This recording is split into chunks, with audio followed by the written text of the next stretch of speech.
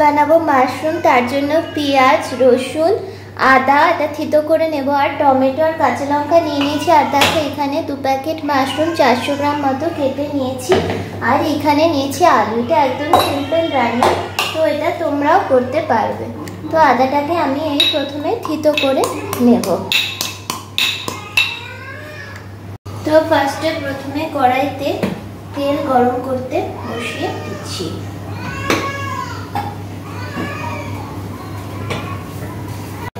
তো এখানে তেল গরম হয়ে গেছে মোটামুটি।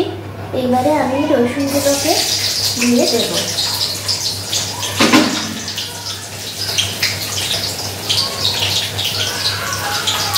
রসুনগুলো ভাজা হয়ে গেলে মোটামুটি আমি আদাটাকে দিয়ে একটু নেড়ে ছেড়ে নেব। এরপরে আমি দিয়ে দেবো এই আলুগুলোকে।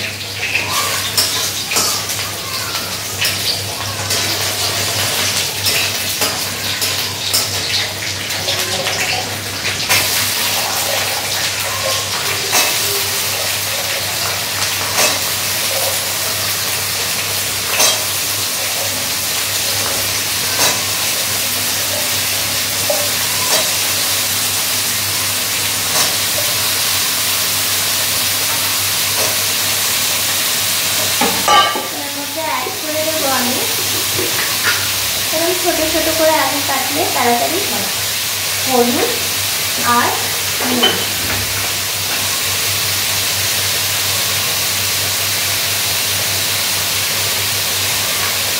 পরিমাণ মতো নুন আর হলুদ অ্যাড করে দিলাম। এবারে আলুগুলোকে ধরে ধরে ভেজে নেব।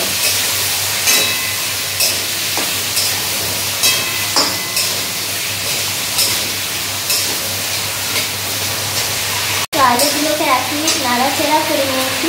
এবারে এর মধ্যে অ্যাড করে দেবো পেঁয়াজ, টমেটো আর লঙ্কাগুলো। এটাকে একটু ভাজা ভাজা করে নেব।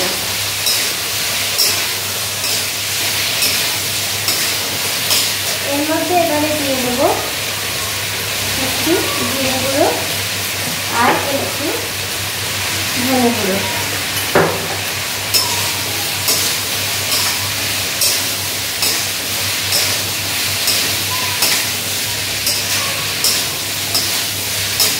এটা হতে হতেই আমি এবারে মাশরুমটাও অ্যাড করে দেবো।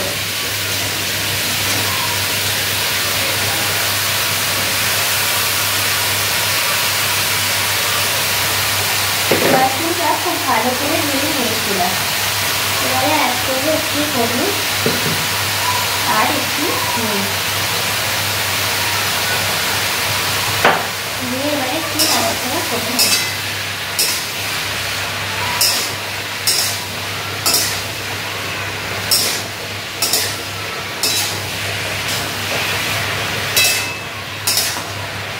আমি 2-3 মিনিট ভাজা ভাজা করে নেব।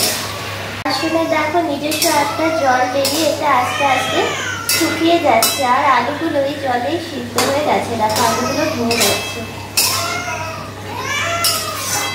এভাবে আমি মাশরুমের তেল ছাড়া অবধি এটা একটু ভেজে নেব। তো দেখো মাশরুমের জল হয়ে গেছে। খুলে দেখছি আমি।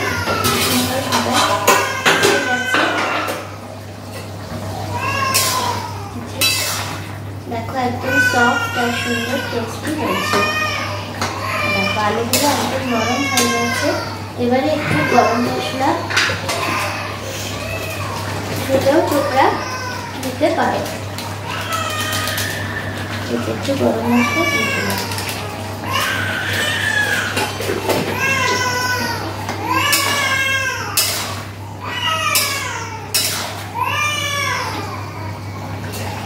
এভাবে 2-3 মিনিট ফুটে গেলে আমি এটা নামিয়ে নেব। ফাইনালি দেখো আমার মাশরুম তৈরি হয়ে গেছে। খুব দারুণ টেস্টি হয় এই সিম্পল মাশরুম রেসিপিটা। তোমরাও বাড়িতে ট্রাই করতে পারো।